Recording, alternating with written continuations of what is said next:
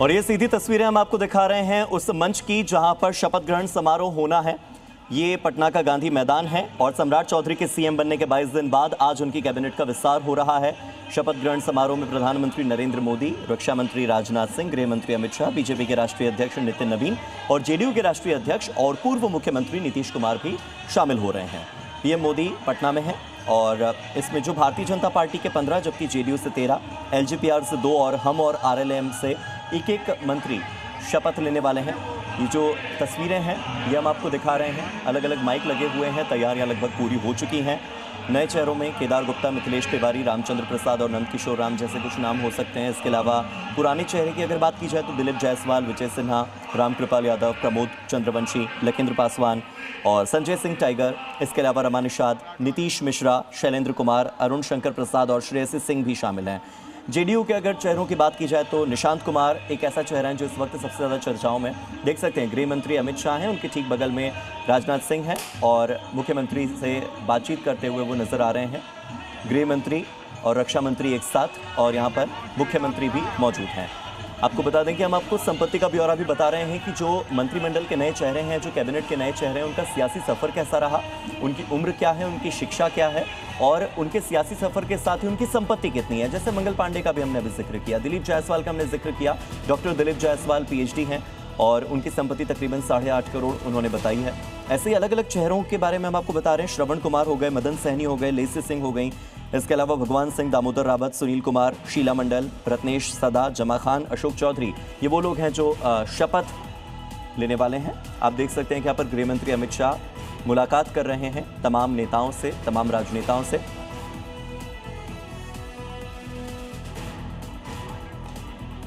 बिहार में मंत्रिमंडल का विस्तार है। बिहार में पहली बार बीजेपी का मुख्यमंत्री बनने के बाद उस दिन बीजेपी की तरफ से सम्राट चौधरी ने बिहार की कमान संभाली। 2 डिप्टी सीएम बने, दोनों जेडीयू कोटे के। उस दिन शपथ ग्रहण समारोह में चर्चाएं उस दिन भी थी कि प्रधानमंत्री और अमित शाह शामिल हो सकते हैं, लेकिन प्रधानमंत्री और अमित शाह शपथ ग्रहण समारोह में शामिल नहीं हुए क्योंकि चुनावी व्यस्तता भी थी, क्योंकि बंगाल का चुनाव चल रहा था। अब जब बंगाल का चुनाव ना सिर्फ खत्म हुआ बल्कि नतीजे भी सामने आ चुके हैं, अब शपथ ग्रहण हो रहा है मंत्रिमंडल का, यानी कि बिहार में कौन कौन मंत्री बनेगा। ये गांधी मैदान से आप तस्वीरें देख रहे हैं और पटना एयरपोर्ट से लेकर के गांधी मैदान तक एक भव्य रोड शो का भी कार्यक्रम शपथ ग्रहण से पहले। अब ये क्या मैसेजिंग है, क्या एनडीए की एकजुटता, दूसरा विपक्ष को क्या मैसेज है, क्योंकि बिहार में पहली बार बीजेपी का सीएम बना है, तो क्या ये 2025 के बाद अब 2030 की भी अगली तैयारी है। सवाल यहां पर यह भी है, ये देखिए तस्वीरें आप देख रहे हैं नितिन नवीन की, जो कि बीजेपी के राष्ट्रीय अध्यक्ष हैं और पटना से ही आते हैं।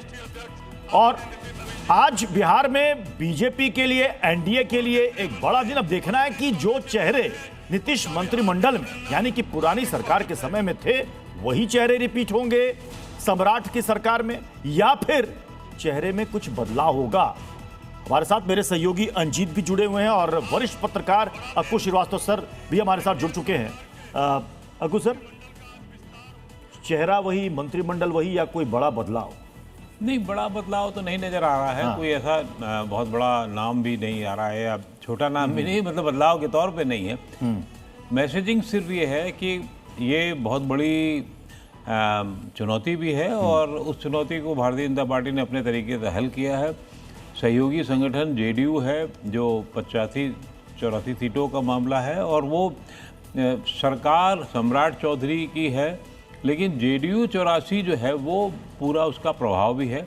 और ये एक तरीके से गठबंधन की राजनीति में बहुत महत्वपूर्ण है कि उसको साथ लेके चलना, और उसी को नहीं साथ लेके चलना, चिराग पासवान की पार्टी उसको साथ लेके चलना, हमको साथ लेके चलना, उपेंद्र कुशवाहा को साथ लेके चलना, तो इन सब के मंत्रियों को शामिल करके चलाना। और दूसरी चीज़ ये जो बहुत बड़ी चुनौती होगी, जो नीतीश से के सुशासन से आगे दिखना, होना और दिखना, करना और दिखना, ये दोनों काम बड़े लेवल पे अगर आप करेंगे तभी आपको नज़र आएगा।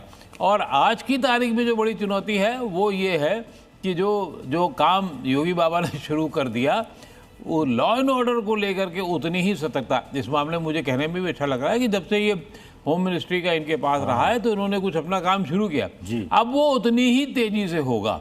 उस पर इनकी बुलडोजर एक्शन काफी नजर आ रहा है। हाँ, ये उन पर पकड़, ये परसेप्शन होता है। देखो ऐसा नहीं है कि बिल्कुल अपराध बंद हो जाएंगे, लेकिन जब आप उस पे काम पे लग जाए, लोगों को लगेगा कि अगर मैंने रेप किया, अगर मैंने किसी को छेड़ा, अगर मैंने बदमाशी की, अगर मैंने किसी SC ST को परेशान किया, तो मुझे कुछ ना कुछ हो जाएगा।